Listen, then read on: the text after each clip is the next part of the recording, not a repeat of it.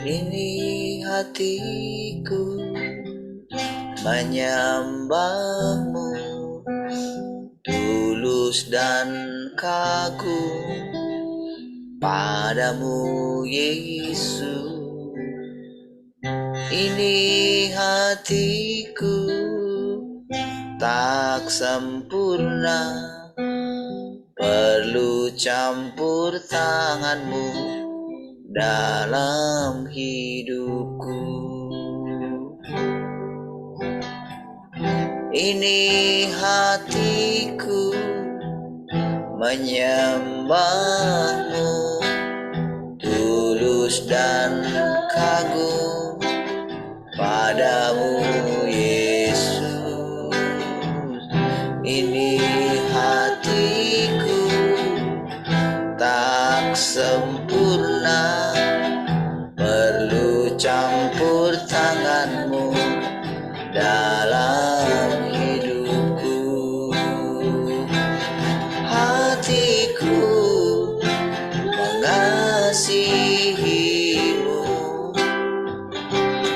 hatiku mengasihimu, hatiku ingin mengertimu. Tuhan, kau lihat isi hatiku.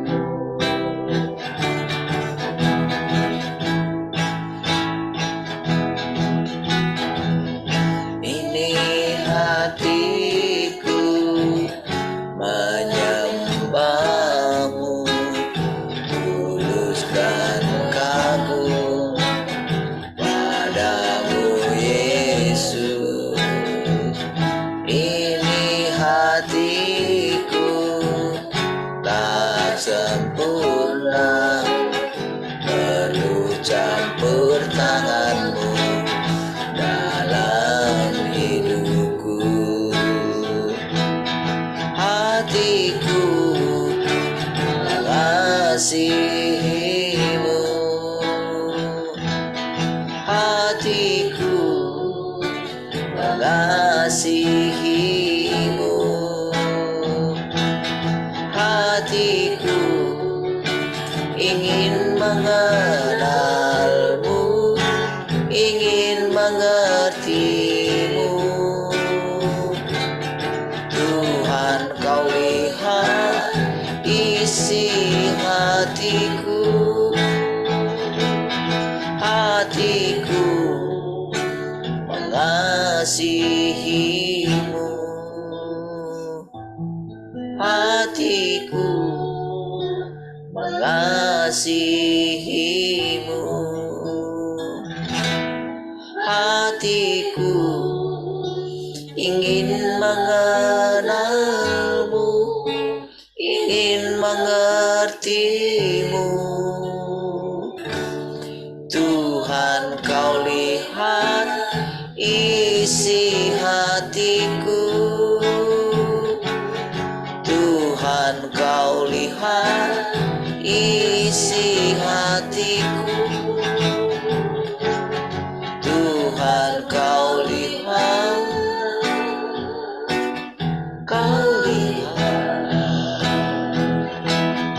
isi hatiku.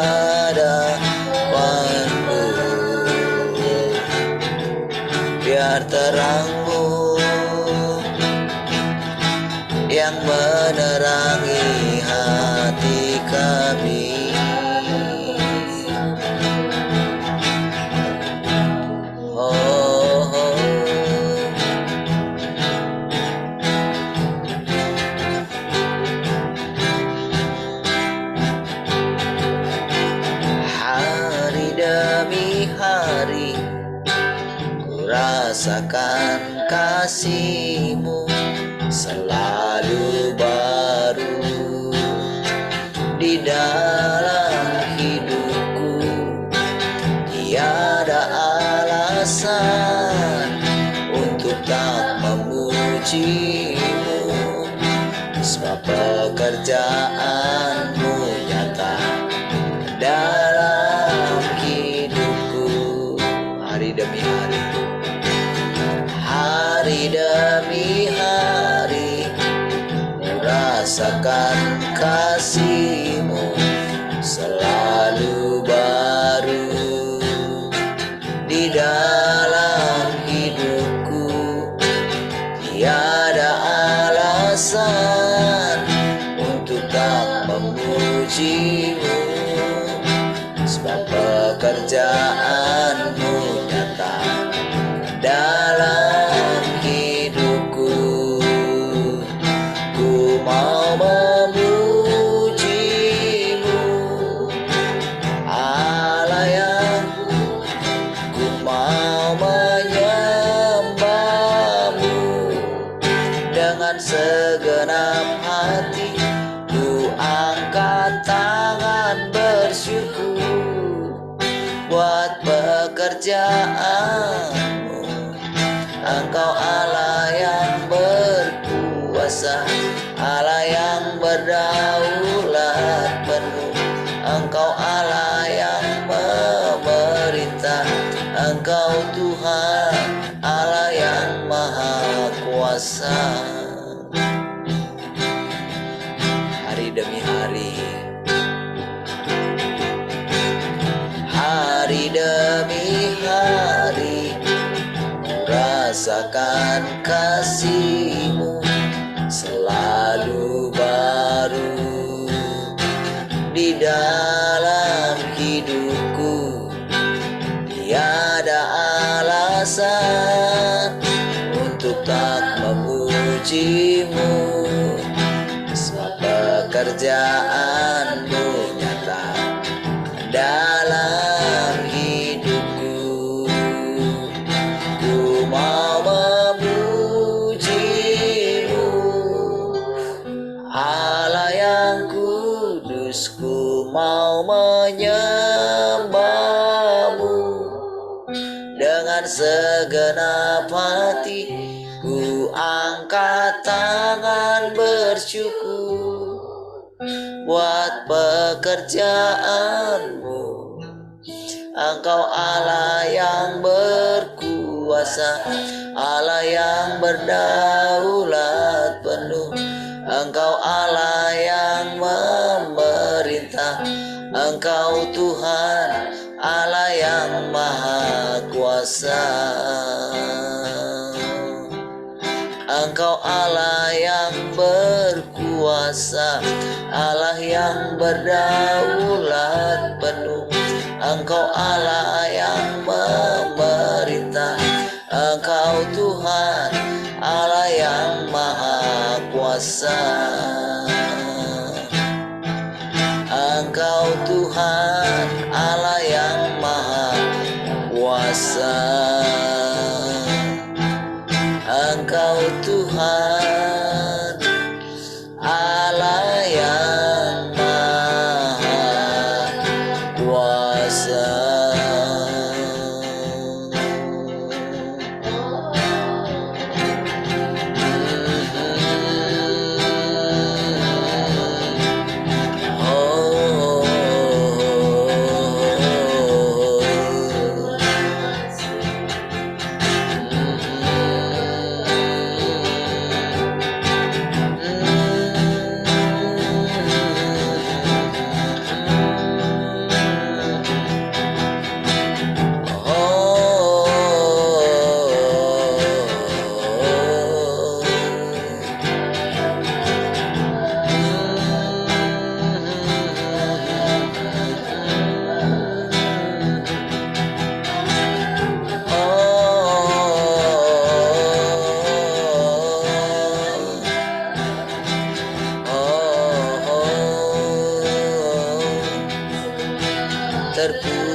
terpujilah Tuhan.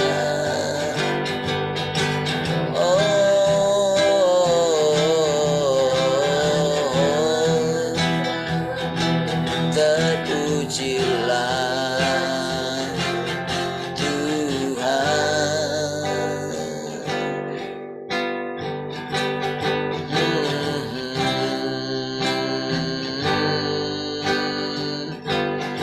Engkau baik, Engkau baik, sungguh baik bagiku.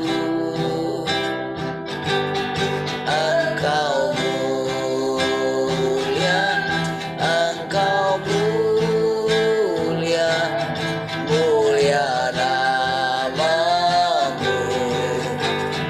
Engkau baik, Engkau baik, Engkau baik, sungguh baik bagiku.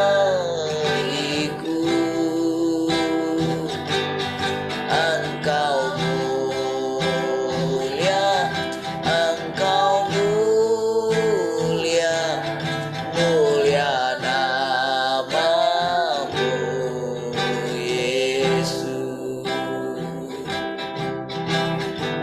Dari awal.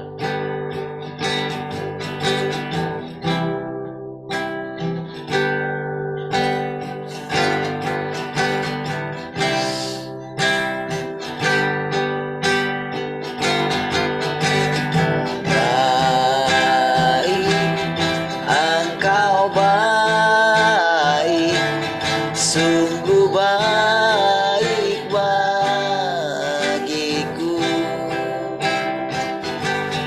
Engkau mulia, Engkau mulia, mulia namamu Yesus. Sekali lagi. Kasih yang terindah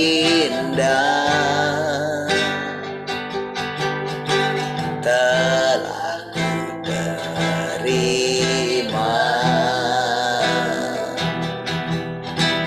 Kasih yang terbesar darimu Yesus.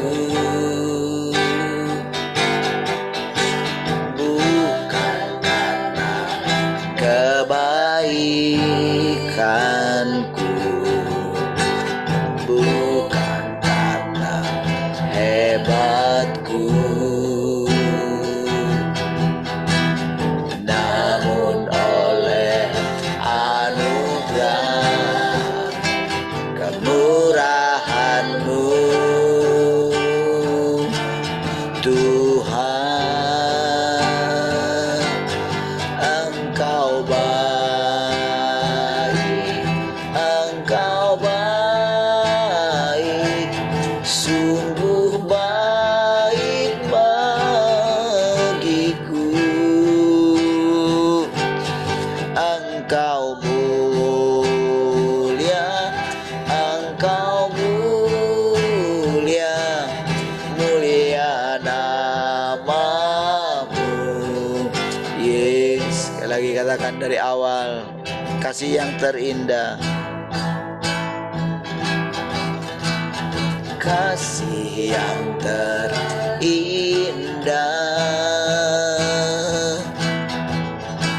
telah ku terima. Kasih yang terbesar darimu Yesus, bukan karena kebaikanku, bukan karena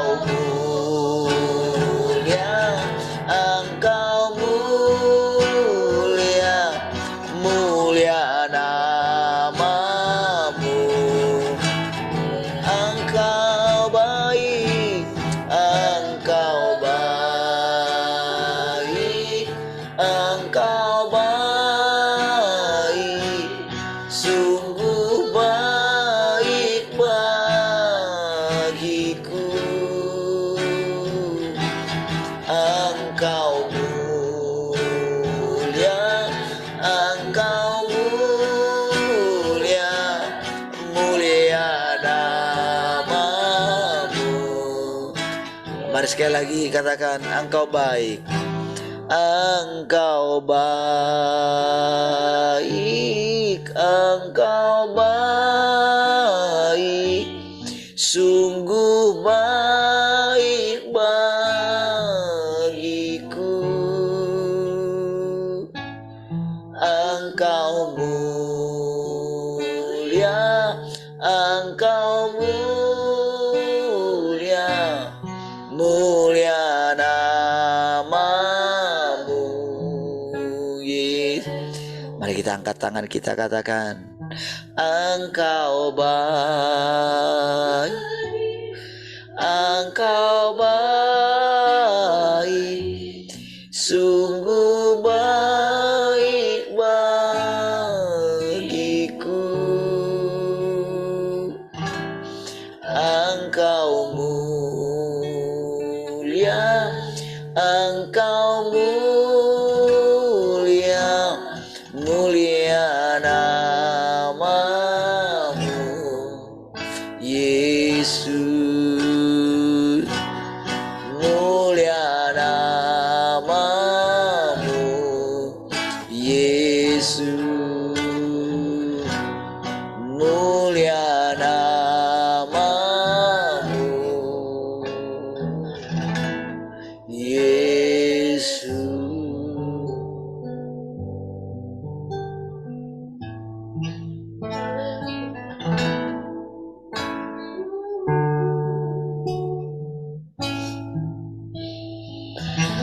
Haleluya, terima kasih Tuhan. Semata-mata karena kebaikan-Mu Tuhan. Biarlah hati kami senantiasa memuaskan Engkau Tuhan. Mari silakan Tuhan kembali mengajari kami lewat persekutuan ini. Kami kembali menundukkan hati kami. Kami mau makan dan minum firman-Mu Tuhan. Firman-Mu adalah kehidupan bagi kami Tuhan, yang menyegarkan dan menguatkan kami setiap saat. Terpujilah Tuhan. Mari kita yang mengasihi Tuhan sama-sama katakan, amin. Ya, puji Tuhan. Shalom semua. Selamat pagi. Shalom, selamat pagi semua.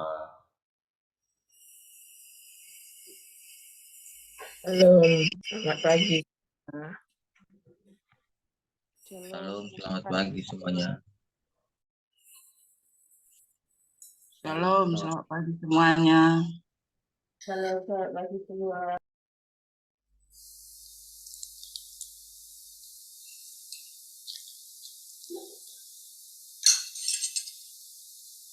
Shalom, pagi semua.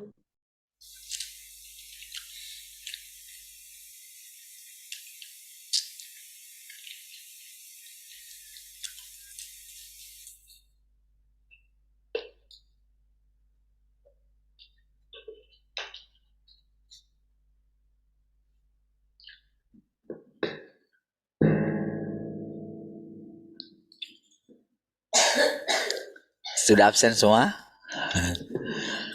Isi dulu saudara bensinnya.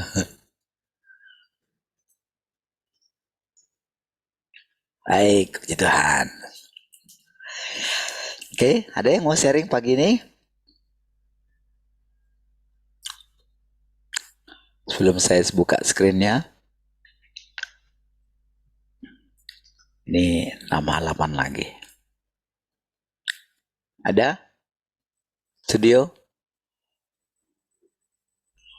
Matian?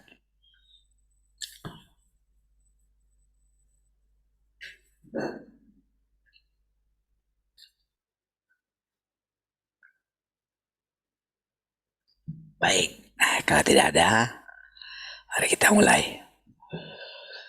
Haleluya. Oke.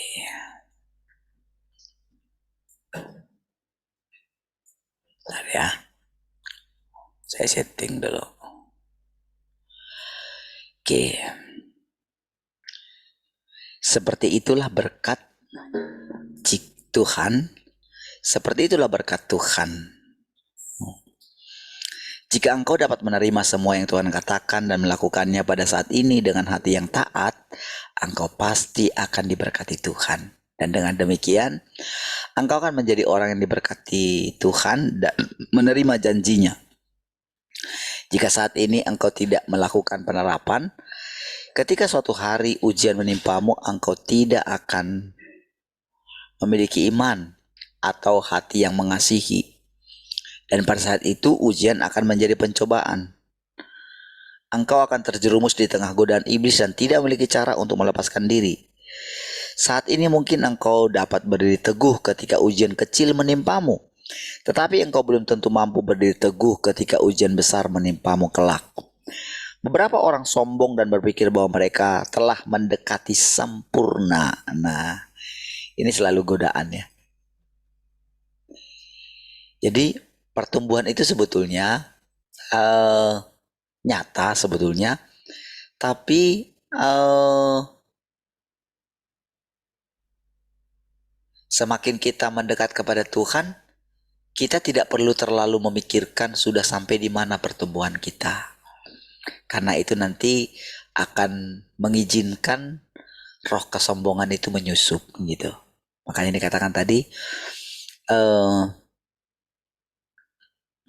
beberapa orang sombong katanya gitu. Jadi kalau dikatakan beberapa orang sombong dan berpikir gitu ya, jadi sebetulnya mereka tidak sadar sebetulnya. Ya.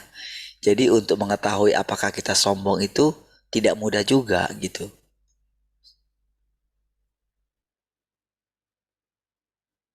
Jadi selalulah berhati-hati di situ. Itu nasihat firman Tuhan. Jadi dia menasehati kita itu kalau kita dengarkan mungkin kayak berulang-ulang gitu. Kita juga merasakan gitu ya. Kadang perasaan kita misalnya ketika kita menceritakan pengalaman-pengalaman nyata kita bersama dengan Tuhan, rasanya memang kayak kita sudah benar sekali gitu. Padahal itu hanya penghiburan dari Tuhan gitu. Masalahnya adalah nanti di perjalanan berikutnya kita pikir perjalanan kita itu kayak linear gitu. Linear itu lurus saja gitu. Jadi perjalanan kita itu adalah kekekalan gitu. Jadi tanpa ujung gitu. Linear itu kan ada ujungnya gitu. Kalau ini tanpa ujung gitu. Jadi kayak kita itu jalan aja, namanya kekekalan gitu. Makanya istilahnya tepat, Tuhan itu bukan istilahnya, salah satu nama Tuhan itu adalah Alfa dan Omega gitu. Jadi terus heran juga sih, karena memang itu ndak ada di pikiran manusia, saudara. Makanya kita itu kadang selalu punya tempat yang kita tuju gitu. Makanya setiap orang berpikir kalau dia sudah punya ini sudah senanglah dia. Tapi tidak. Dan dia coba menerapkan lagi di dalam diri dia. Di dalam diri dia itu dia ingin mencapai sesuatu gitu. Baik itu hal-hal rohani gitu. Tetap juga saudara, walaupun kita kejar yang menurut kita hal-hal rohani, ketika kita sudah mencapainya, biasa saja gitu. Sama saja.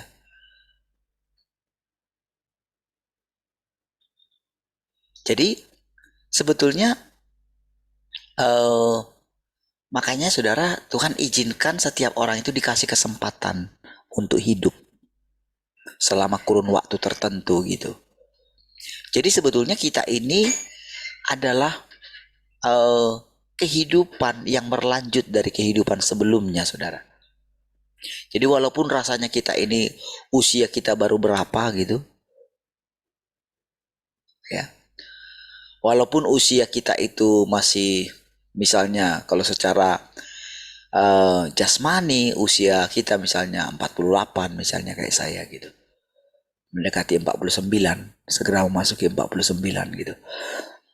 Nah, jadi kehidupan kita ini adalah lanjutan daripada kehidupan selanjutnya. Memang ya kita tidak tahu. Makanya Tuhan Yesus tepat mengatakan sebelum Abraham ada, aku sudah ada. Jadi Tuhan Yesus itu seperti menjelaskan siapa itu manusia gitu. Jadi karena hanya dia yang bisa menjelaskan asal-usul manusia. Manusia Yesus itu, saudara. Yang dikatakan. Jadi sebetulnya jadi Yesus itu bisa menjadi seperti itu ya karena firman Tuhan yang dijalaninya. Makanya kita juga demikian. Makanya tepat dikatakan takdir kita sudah ditentukan. Jalan yang harus kita tapaki di dunia ini sudah ditetapkan dari semula. Makanya ada istilah garis tangan gitu. Kita sudah digariskan gitu. Jadi bagian kita bukan mengutuki keadaan kita, bukan bersungut-sungut dengan keadaan kita.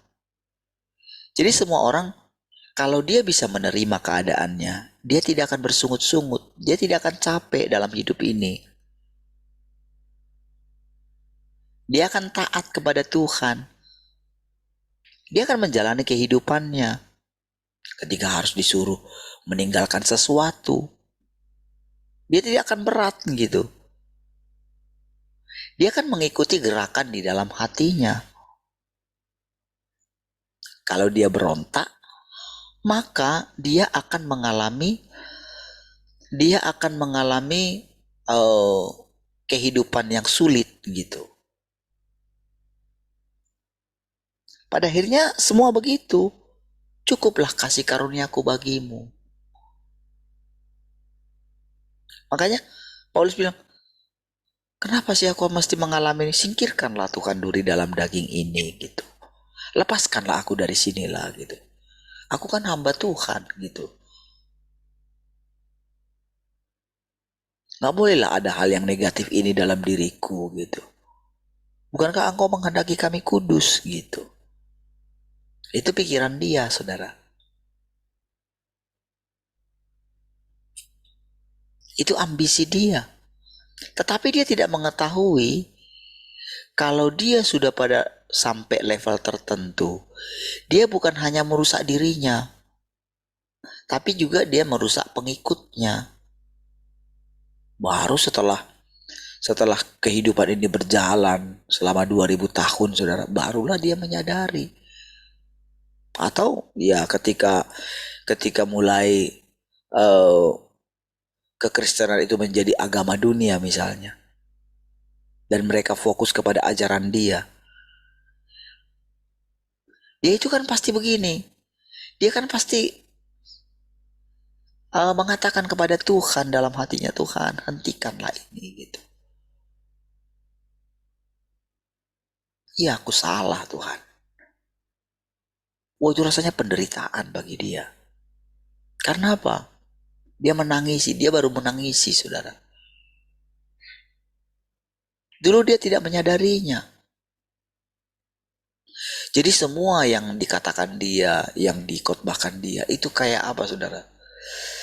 Rasanya itu dia mau tarik kembali semua yang dikatakan dia.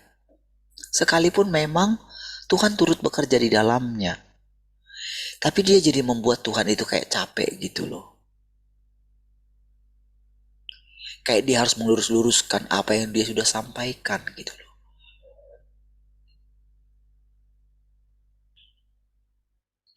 Tadinya saudara dia sangat yakin dengan kefasihan dia menerjemahkan, menginterpretasikan kitab nabi-nabi, saudara. Kitab Daud, Mazmur maksudnya. Kitab Amsal, kitab yang lain-lain lagi gitu. Dan itu sudah dibaca oleh generasi-generasi berikutnya gitu. Nah, jadi Kita pun demikian, saudara. Ketika kita mulai menyadari bahwa kehidupan kita ini adalah lanjutan daripada kehidupan selanjutnya, maka setiap hal yang diperhadapkan kepada kita, kita tidak lagi berusaha menghindarinya gitu, tapi menghadapinya. Ingat kemarin saudara, kalau kita punya landasan yang kuat, maka dia akan berikan kita iman gitu. Dan iman kali ini berbeda dari yang sebelumnya. Ada iman orang yang berdasarkan daripada dia percaya kepada firman Tuhan yang tertulis gitu. Misalnya tidak ada yang mustahil bagi Tuhan gitu. Atau dia bacakan kisah seorang yang ingin mendapatkan mujizat. Dia terinspirasi gitu. Misalnya ketika saya dulu terinspirasi dengan perkataan Tuhan. Itu kan ada di dalam Alkitab. Oleh bilur-bilurku kamu telah sembuh. Itu menguasai pikiran saya. Logika saya bilang begini. Oh ya, ternyata saya tak pernah sakit ya. Jadi yang kemarin itu, ketika saya sakit itu gak betul ya.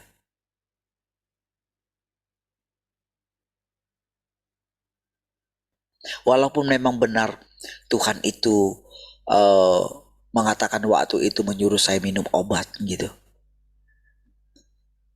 Logika saya berjalan, bukankah dia itu maha kuasa? Berarti kalau dia bilang saya hari ini kamu tidak pernah minum obat, bukankah bisa? Ya bisa. Bukankah seperti itu hanya menghapuskan saja bagi dia? Aku hapus dari ingatanmu.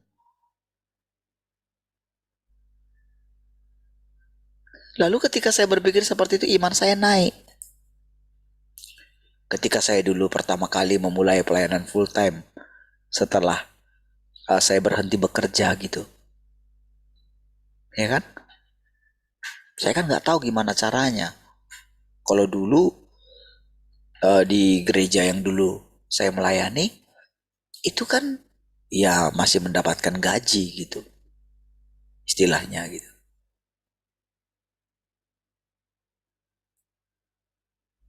Bahkan selanjutnya sudah jelas gitu. Ada bonus-bonus lagi gitu. Kayak bekerja di perusahaan saja. Tapi berikutnya ketika benar-benar tak ada yang mau diandalkan, itu kan sesuatu yang sulit ya. Tapi ketika saya mulai pelayanan gitu, bagaimana mendoakan orang, terjadi mujizat atau gimana caranya. Tapi logika saya kan ketika mendengarkan firman Tuhan begini, hidupku bukan aku sendiri lagi yang hidup, tapi Yesus yang hidup dalam aku. Itu perkataan Paulus. Tapi saya imani. Lalu saya praktekkan. Dan sangat mudah. Saya dengan yakin tenang menghadapi sesulit apapun penyakit gitu. Ya. Sangat yakin sekali. Dan terjadi dengan mudahnya. Mujizat demi mujizat gitu. Oh, saya pergi kemana-mana saya nggak takut. Mendoakan siapapun saya nggak takut. Menghadapi siapapun saya nggak takut. Gitu. Hanya karena apa? Hidup yang kuhidupi adalah hidup oleh iman. Jadi, seperti yang saya katakan tadi, iman itu bisa karena itu. Tetapi bahayanya iman seperti itu, kita seperti bebas melakukan apa saja. Tapi ketika Tuhan mulai memberikan iman yang sesungguhnya. Nah, iman yang sesungguhnya ini adalah yang punya dia. Di mana walaupun dia bisa melakukan apa saja, tapi dia menetapkan dalam hatinya, anak tidak dapat melakukan segala sesuatu dari dirinya sendiri kalau dia tidak melihat Bapa melakukannya. Nah, itulah yang dikatakan tadi kepada kita, saudara. Inilah yang membuat kita itu bergantung. Jadi kalau iman seperti yang tadi yang saya miliki, itu bisa nggak bergantung sama Tuhan? Bisa. Disitulah dikatakan di dalam Matius pasal 7 itu, ayat 21 sampai 23 itu, mereka yang membuat mujizat-mujizat mengusir setan demi nama Tuhan, Tuhan katakan, aku tidak mengenal kamu, enyah dari sini. Kenapa dikatakan enyah? Karena masa itu sudah berlalu, tapi dia masih di situ. Kamu nggak boleh masuk kepada perjalanan berikutnya. Itu yang dikatakan sebelumnya, kalau saudara ingatkan perkataan ini yang sebelumnya, yang tadi malam gitu. Tidak bisa terus mengikuti Tuhan sampai pada akhirnya.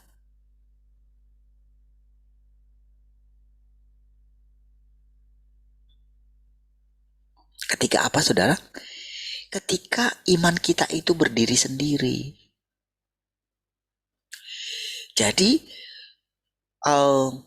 sudah alarm gitu, harusnya gitu.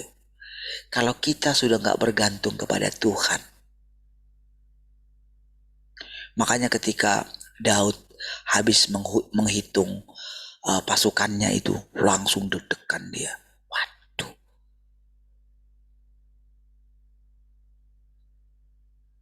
Karena dia sudah terbiasa, saudara, dari sejak kecil itu terbiasa dengan pemeliharaan Tuhan. Dia tidak tahu apa yang akan terjadi di depan dia. Ketika dia pergi, dia mulai membawa, dia nggak tahu, mungkin ada ular di jalan, mungkin ada singa, mungkin ada beruang. Dia tidak mungkin hujan gitu lebat di mana dia mau berteduh gitu.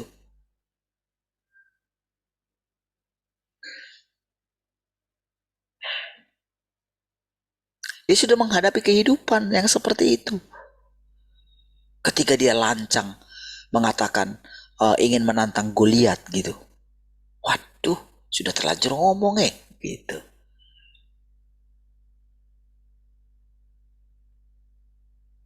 Sama dengan kita. Baru sesudah kita itu sewa 3 ruko ini, baru di tengah jalan baru sadar loh, saudara. Ya ampun, ini kan besar juga ya. Apalagi ketika mulai pada keluar teman-teman gitu. Aduh.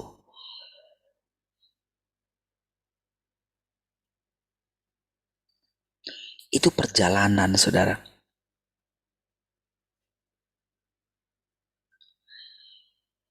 Ketika teman-teman kita bilang sudah berhenti mendoakan, itu orang gak terima.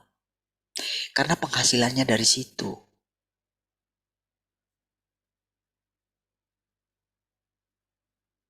Karena dengan mendoakan orang, jadi karunia dia sudah jadi mata pencahariannya. Iya.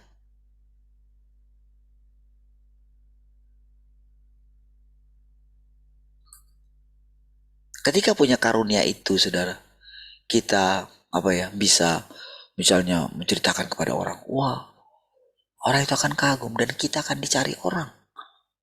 Dan dicari orang, dibutuhkan orang, sangat menyenangkan. Oh, walaupun kita bisa, enggak kok, aku enggak mencari kemudian. Enggak. Itu menyenangkan untuk daging. Tapi ketika Tuhan tegur kita, karena kita ditegur oleh manusia seperti ini gitu, yang punya kesalahan gitu. Orang kan gak dengarkan. Emang siapa lu? Kamu bukan Tuhan. Ada Tuhan di hati saya. Tuhan di hati saya tidak bilang begitu. Itulah, saudara, masalah kita. Oh, orang bisa mengabaikan saya. Dan bagi saya memang saya harus punya pikiran. Karena saya juga manusia sama seperti saudara. Tuhan yang berbeda itu, Tuhan Yesus yang adalah manusia yang berbeda dengan kita. Dia saja tidak maksain muridnya.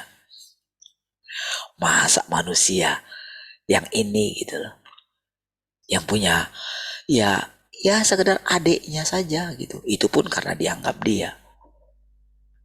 Bayangkan Tuhan Yesus itu mati untuk saya, Nggak terbalik loh. Bukan saya yang mati untuk Tuhan. Tuhan Yesus loh yang mati untuk kita. Tapi kalau dia pakai mulut saya untuk menasihati, kalau saya tidak bicara, apakah saya tidak memberontak sama Tuhan? Saya kan hanya mengucapkan spontan.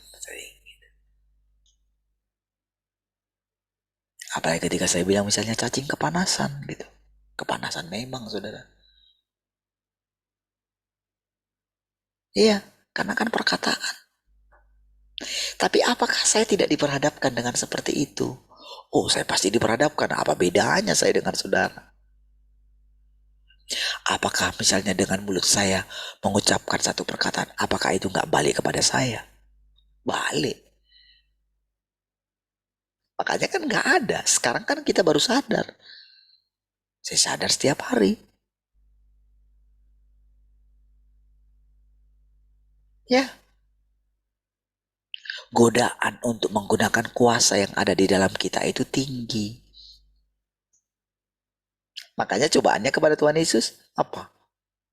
Kamu kan anak Allah. Iyalah saudara. Jadi kita itu kayak apa? Tuhan itu kayak gak kelihatan.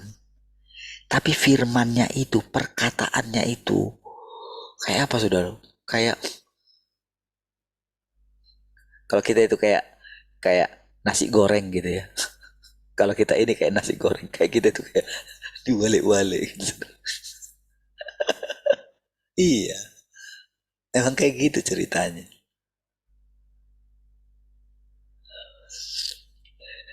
Tapi saudara, ketika kita itu melihat hal-hal yang indah yang Tuhan kerjakan, kita terhibur gitu ya. Tuhan indah sekali. Tapi saudara, diam-diam Tuhan ingatkan lagi gitu. Oke, berhenti euforianya gitu. Perjalanan itu panjang, umurmu itu baru berapa kok gitu. Sementara aku itu, aku sudah hidup dalam kekekalan. Dan segera kamu akan masuk ke dalam kekekalan. Selamanya aku itu tersembunyi. Dan engkau harus terus mencari aku. Dan walaupun engkau sudah dapatkan aku, jangan sombong gitu. Ini yang dikatakan tadi kan. Beberapa orang sombong dan berpikir bahwa mereka telah mendekati sempurna. Makanya langsung melalui firman Tuhan ini perkataan Paulus yang mengatakan, aku sudah menyelesaikan pertandingan.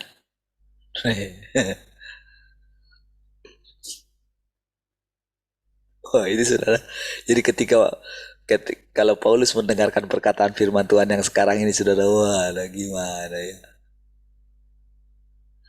Tapi perjalanan waktu saudara sudah mengubah dia. Ya kalau dia masih terus mengeraskan hati, nggak mungkin lah rasanya gitu. Gak mungkin. Sekeras apa sih orang gitu.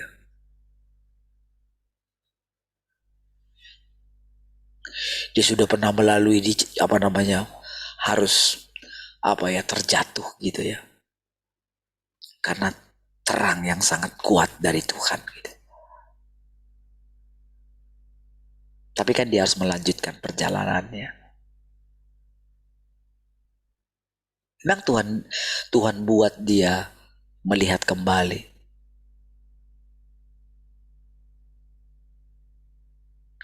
Dan penglihatannya makin terang. Sehingga dia dapat pewahyuan. Tetapi dia merasa dirinya itu sangat jelas melihat. Sehingga dia berkata, kalau ada malaikat yang beritakan Injil berbeda dari yang kuberitakan, terkutuklah dia. Dia tidak tahu saudara perkataannya itu akan bergerak sepanjang masa. Sampai akhir zaman.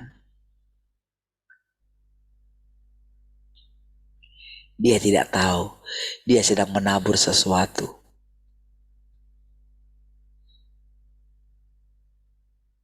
Sekarang ini baru dia menyadarinya bahwa kata-katanya itu sungguh membuat Tuhan jadi tambah kerjaan.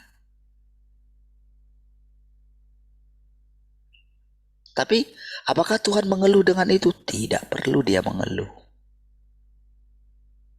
Ya, karena akan menjadi pelajaran bagi seluruh ciptaan. Makanya ketika dia bilang kepada kita, "Oh, aku sudah menetapkan takdirmu." Oh, dia tidak merasa bersalah mengucapkan itu. Kalau orang mau mendengarkan perkataan Tuhan itu dan mau menjalani kehidupannya, dia akan berbahagia. Makanya kadang kita tidak cepat-cepat dikeluarkan dari masalah kita sampai kita memperoleh hikmat dari situ. Sampai kita bisa belajar.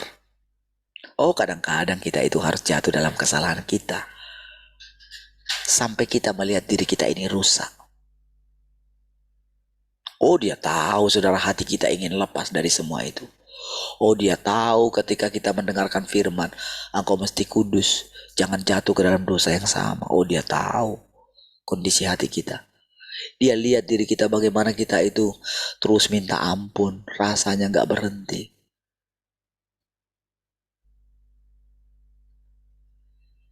Baru pada saat kita menyadari kerusakan kita, barulah dia dibawa kita ke level berikutnya. Ya, yang tadinya hal-hal daging paling kita suka gitu, tiba-tiba kita gak suka lagi. Itulah upah, saudara. Itulah iman yang diberikan oleh Tuhan itu. Ketika kita mulai tidak mengejar ketenaran, ketika kita tidak mengejar kekayaan atau apapun gitu ya, disitulah baru kita gini. Sekarang ini, aku kasih kamu talenta. Aku kasih kamu, aku percayakan kamu 3 ruko, 5 ruko. Arti 5 talenta, kira-kira gitu loh, saudara. Oh, 1 ruko nggak bisa dibandingkan dengan 1 talenta, saudara, nggak bisa.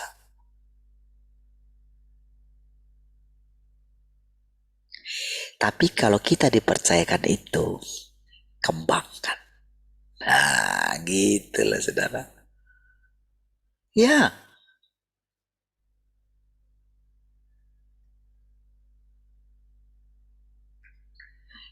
Ketika Pak Tuin misalnya dipercayakan, oh sekarang jadi ini, jadi kayak walaupun mungkin posisi ini tapi setia gitu ya. Nah, kamu sudah setia ya?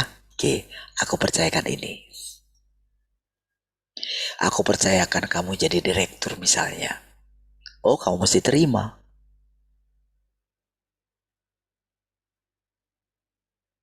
Kembangkan.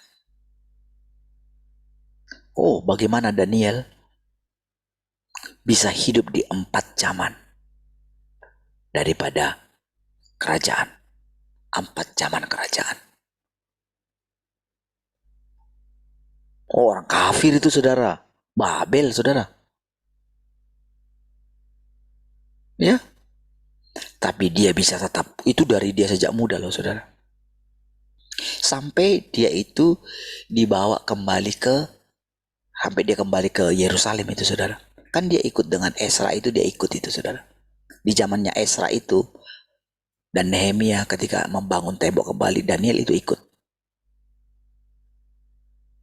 Siapa yang buat? Tuhan. Makanya Tuhan bilang sama dia, kamu istirahat. Setelah dia menuliskan kitab Daniel itu, saudara. Sekarang kamu beristirahat. Zaman akan maju. Orang akan makin bertambah pintar katanya. Pengetahuan akan bertambah gitu. Meteraikan ini katanya. Kamu harus meteraikan itu. nanti akan disingkapkan. Ya. Jadi kalau ada seperti Daniel, oh kita bisa. Makanya firman tuh hanya sekedar firman aja. Kalau aku katakan kamu di situ, sekalipun kamu tinggal di tengah-tengah orang kafir, aku bisa melindungimu. Aku bisa membuat siapapun tidak bisa menjamahmu. Tapi ingat, aku yang buat. Ya itu Tuhan.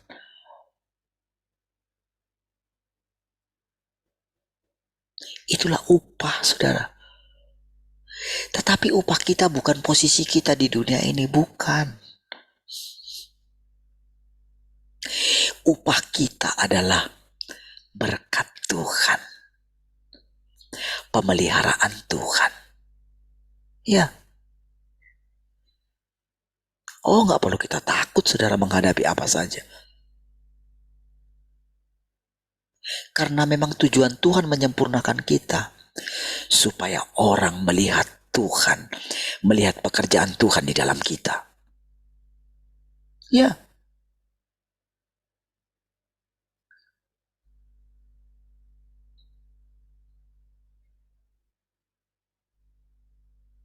Karena kan orang lihat perjalanan hidup kita. Aku kenal dia, aku lihat perjalanan hidupnya. Sungguh benar, dia itu bergantung kepada Tuhan. Sungguh benar, aku melihat Tuhan itu sudah datang melihat kehidupannya. Ya, semua orang akan melihat itu.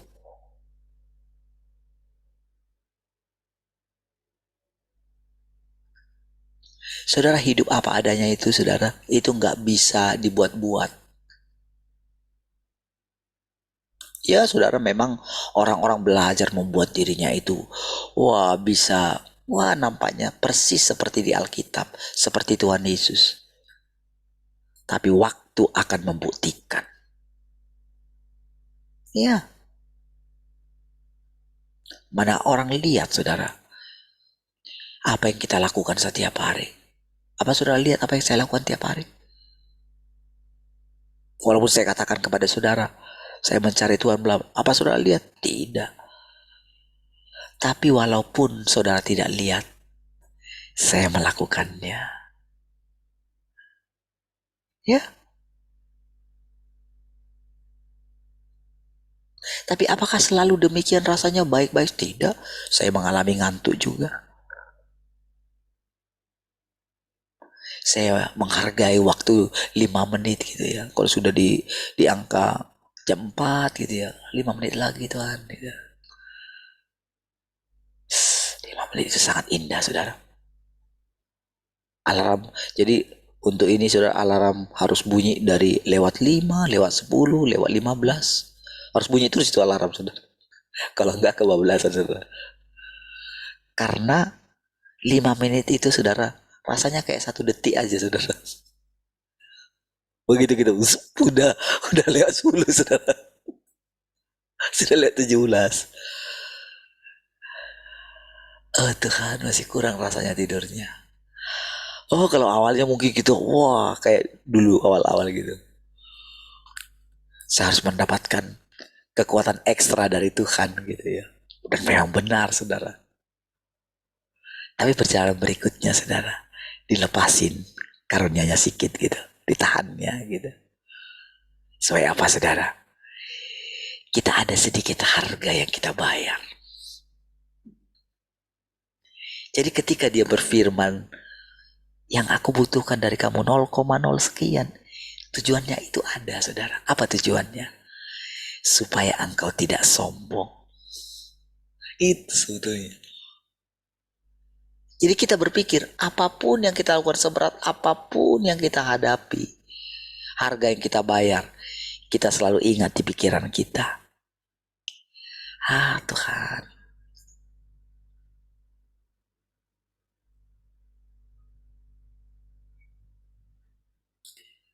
aku hanya sedikit aja. Nah itu namanya, saudara, taat kepada firman. bisa menerapkan firman. Gak melawan gitu loh. Karena begini saudara, bukankah seperti yang saya katakan saudara, walaupun Paulus sudah begitu luar biasa, tapi kan Tuhan kan tidak menahan mulut dia untuk bicara seperti yang dia katakan. Kalau ada, sekalipun itu malaikat dari sorga gitu, itu kan sudah kayak menghalangi Tuhan loh saudara. Tapi kan dibiarkan dia.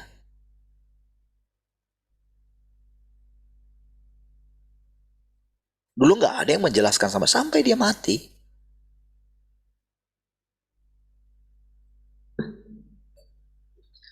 Jadi kalau dia tertawan dengan pengertian dia tertawan dengan pengertian dia. Tapi dia tidak pernah menemukan seperti yang dia imajinasikan. Karena apa saudara? Dia tidak punya pikiran Kristus. Pikiran Kristus itu apa? Pikiran Kristus adalah hanya melakukan kehendak Bapaknya. Gitu loh. Itu pikiran. Sementara pikiran Paulus apa? Upah.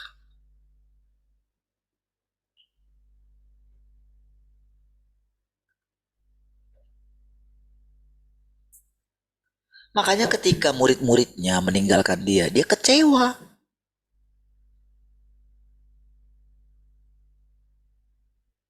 Iya, dia kecewa.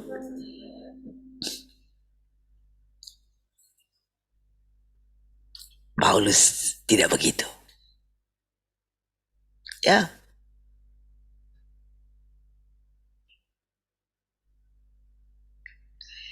Itulah proses yang dikerjakan bagi kita dalam 14 tahun ini, saudara.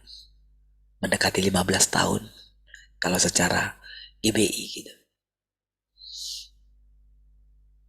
Ya. Kalau secara kita lihat saudara perjalanan kita.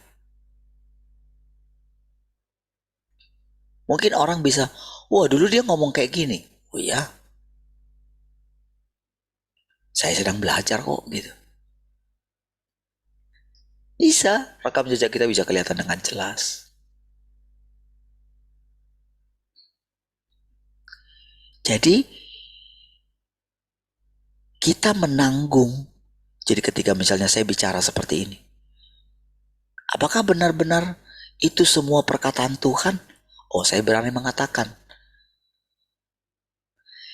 Saya berani mengatakan kalau tidak. Tetapi ketika saya mengikatkan diri saya dengan Tuhan,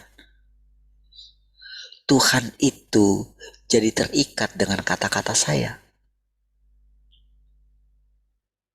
Apakah dia tidak tahu itu? Oh, dia tahu. Tapi karena dia pencipta, dia bisa kendalikan segala sesuatu. Yang dia lihat adalah perubahan hati saya. Yang dia lihat adalah perubahan watak saya. Ya.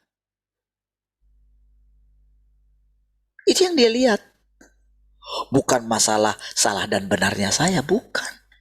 Memang ada satu hal, kadang-kadang kita jadi gak hati-hati gitu, kayak ngomong aja terus gitu. Tapi karena kita terus datang kepada Tuhan, ketika baru diingatkan seperti ini, oh itu sudah saya harus lakukan terus gitu. Dan saya melihat hasilnya dulu dalam diri saya, baru saya berani bicara sama saudara. Walaupun itu belum sempurna, tapi saya bicara. Karena saya tahu ketika saya bicara ini, saudara sedang seperti diajari oleh Tuhan itu sendiri. Dalam artian Tuhan yang berinkarnasi itu. Ya, saya tahu itu saudara. Makanya saya dengan senang hati. Makanya dia bilang, jangan takut Parlin, akulah perisaimu. Oh, siapa yang gak takut saudara? Siapa yang gak gentar? Siapa yang berani mengucapkan firman Tuhan? Karena firman Tuhan yang kita ucapkan akan kembali kepada kita. Ketika kita melihat bagaimana Tuhan itu istilahnya dibuat capek dengan kesalahan yang dibuat oleh Paulus dari pengertian dia gitu. Apakah itu jadi nggak beban kita? Oh, jadi beban kita ketika kita mengucapkan itu, saudara. Kita menjadi kesulitan ketika bicara dengan orang Kristen. Oh ya, jangan saudara pikir jadi gampang bicara dengan orang Kristen. Tidak, jadi sulit. Engkau akan lebih mudah nanti bicara sama orang Muslim. Ya. Tetapi kepada orang Muslim, engkau mesti bicara tentang kebenaran Allah itu menjadi manusia.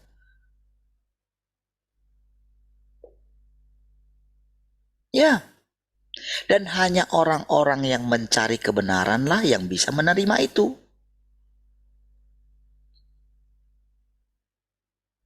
Dan kita mesti lihat.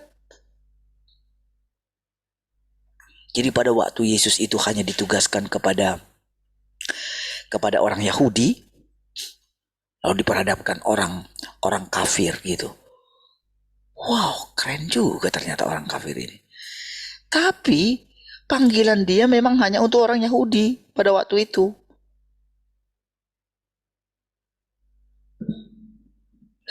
Jadi ketika seseorang menjadi pengikut Yesus,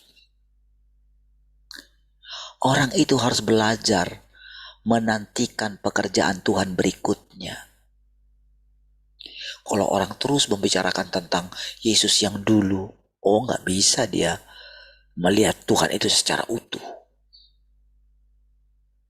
Iya, karena sudah beda soalnya. Makanya ketika saya diberikan pengertian tentang anak laki-laki itu, kan yang pertama kan perempuan, lalu ada anak laki-laki. Loh, siapa yang bisa emban itu? Apakah perlu seseorang mengaku-ngaku akulah anak laki-laki itu?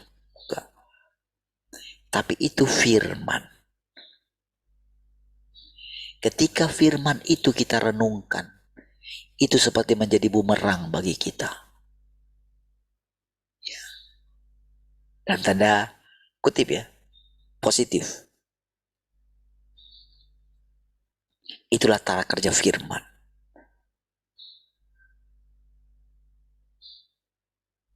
Ketika kita ucapkan, ketika kita berpikir begini, siapa ya anak laki-laki itu? Lalu saya bayangkan, kayaknya kok kayak cerita saya ya, nah, gitu, ya kan?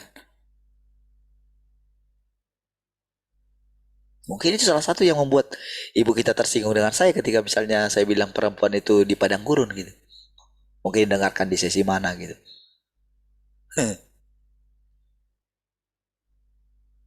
Tapi kalau seseorang punya pemikiran seperti yang Tuhan berikan kepada saya gitu, orang tidak akan tersinggung. Karena setiap kita berurusan dengan Tuhan kok. Ya. Itu sebabnya kita bisa mendengarkan perkataan orang.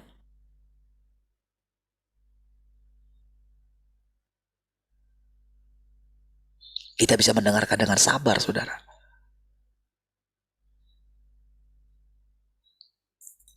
Jadi saudara, ketika dia menghadapi misalnya seorang itu, harusnya dia sadar gitu.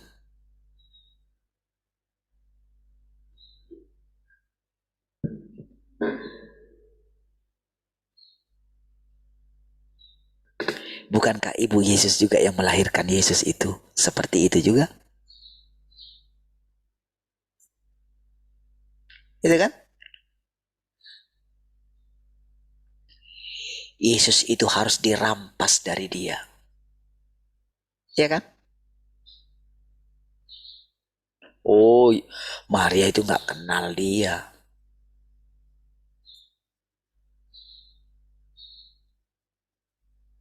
Dia tidak tahu iblis yang di dalam dirinya itu. Oh, kita itu gampang aja bilang, oh ada iblis dalam Petrus gitu. Lalu kita lebih baik apa dari Petrus? Oh, dia mencari Tuhan, dipuji Tuhan loh. Makanya dia dijadikan jadi pemimpin loh saudara. Tapi Tuhan harus bilang sama dia, iblis. Jadi kita ini siapa? Yang hanya mengikuti imannya dia. Belajar dari imannya dia. Kita lebih baik kah? Apakah perkataan itu juga bukan untuk kita? Lalu kenapa kita tersinggung kalau dikatakan kita rusak? Itu karena iblis tidak taat kepada Tuhan. Iblis itu bukan objek penyelamatan Tuhan. Iblis itu adalah objek penghancuran Tuhan, objek kebinasaan. Tapi manusia adalah objek penyelamatan Tuhan. Apa respon saudara ketika mendengarkan perkataan itu? Apakah engkau tidak bangkit?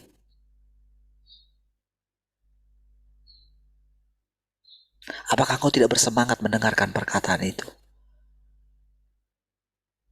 Apakah engkau masih belum mau menerapkan firman Tuhan?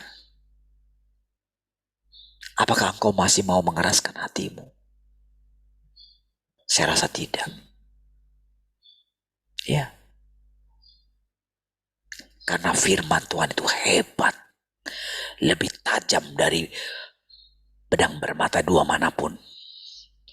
Dia sanggup memisahkan pertimbangan dan pikiran kita dan hati kita. Dia sanggup.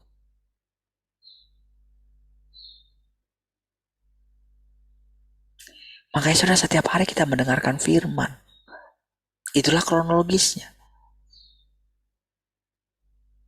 Apakah saya bisa menjelaskan begitu saja?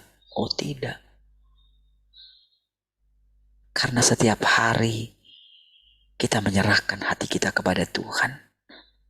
Itulah landasan yang kuat. Setiap hari kita tidak membenarkan diri kita. Itu pikiran Tuhan, saudara, pikiran Kristus. Ketika anak muda yang kaya itu bilang, oh guru yang baik. Oh dia pakai, siapa yang baik? Gak ada yang baik.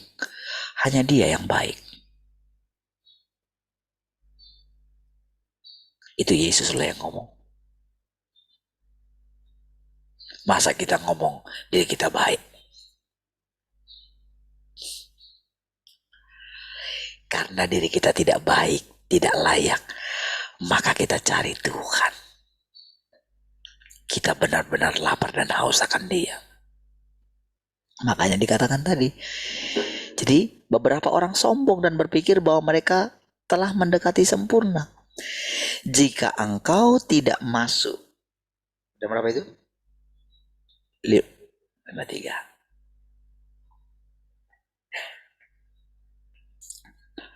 Jika engkau tidak masuk lebih dalam pada saat itu dan tetap berpuas diri, engkau akan berada dalam bahaya.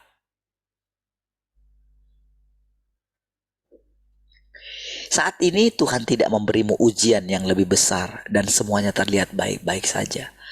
Tetapi ketika Tuhan mengujimu, engkau akan mendapati bahwa engkau masih memiliki terlalu banyak kekurangan karena tingkat pertumbuhanmu masih terlalu rendah dan engkau tidak mampu menanggung ujian-ujian yang besar. Sekali lagi, Roh Kudus mengingatkan, jangan berkecil hati. Dan jangan bilang ini bukan untuk aku, ini bukan aku. Justru ketika engkau menerima perkataan ini dan rela makan perkataan ini, maka itu baik bagi engkau. Membuat engkau berjaga-jaga. Membuat engkau makin memberikan hatimu kepada Tuhan gitu. Dan engkau makin berhikmat. Dalam arti engkau mulai menyelidiki. Tapi kan Tuhan kan tidak menghendaki saya itu jadi penakut. Tuhan menghendaki saya ini bebas, merdeka. Iya, Kadang-kadang saudara orang melihat dari sisi yang lain, jadi dia takut melakukan apapun. Gak bisa kayak gitu. Bukan kayak gitu.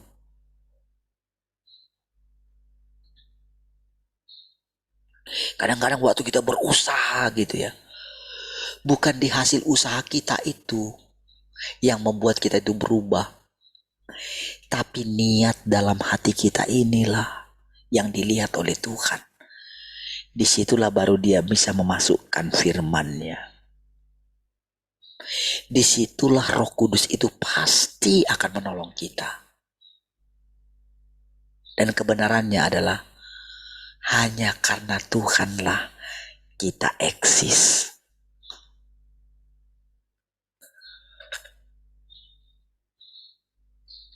Engkau semua harus sering menyadari betapa rendahnya tingkat pertumbuhanmu. Hanya dengan cara inilah engkau semua akan mengalami kemajuan. Nah, betul kan? Bilang kan? Engkau semua harus menyadari betapa rendahnya tingkat pertumbuhanmu. Jadi tidak mungkin, oh aku sudah begini. Enggak. Kalau saudara dengarkan misalnya saya ngomong seperti itu kenapa diizinkan terjadi? Untuk menjelaskan gitu. Tetapi prinsipnya harus seperti ini tetap. Jadi ketika rasanya kita itu gagal, sudah terima saja.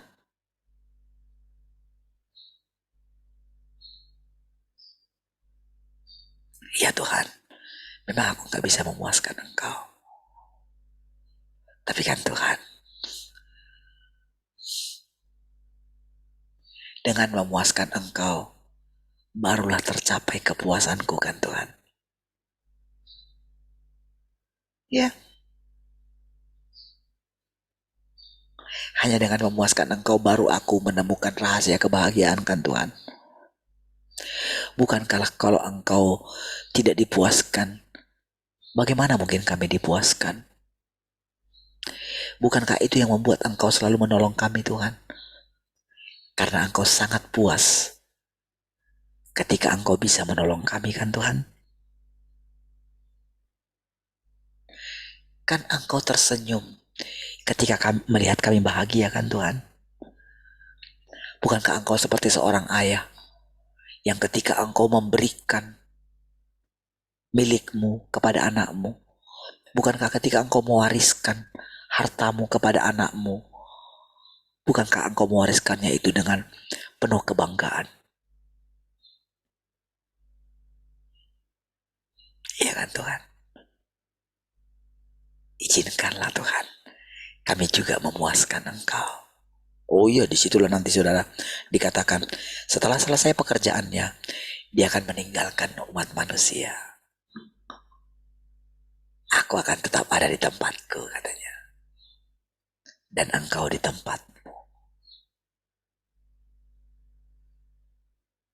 Ya, itu satu masa juga yang akan kita hadapi.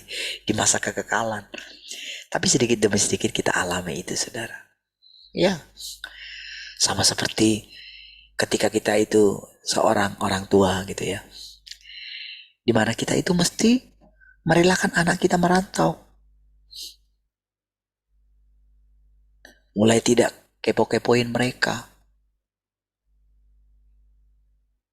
Tak perlu kita terlalu masuk lebih dalam ke WA mereka gitu. Ada masanya kita mesti mengizinkan.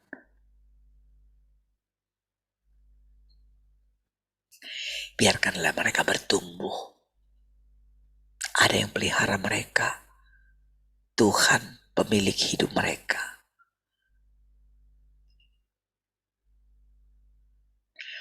Biarlah kita ini seperti Yusuf walaupun itu anak kita. Tapi Yakub mengatakan itu anakku. Karena itu firman Tuhan.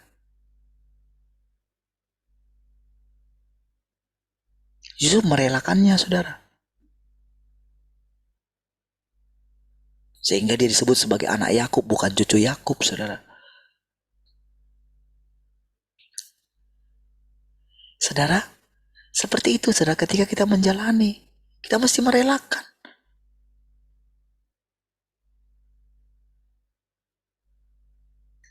Ketika kita sebagai orang tua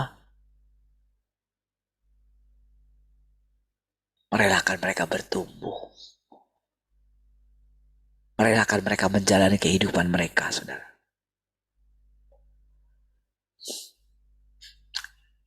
Sebagaimana orang tua kita juga dulu begitu terhadap kita.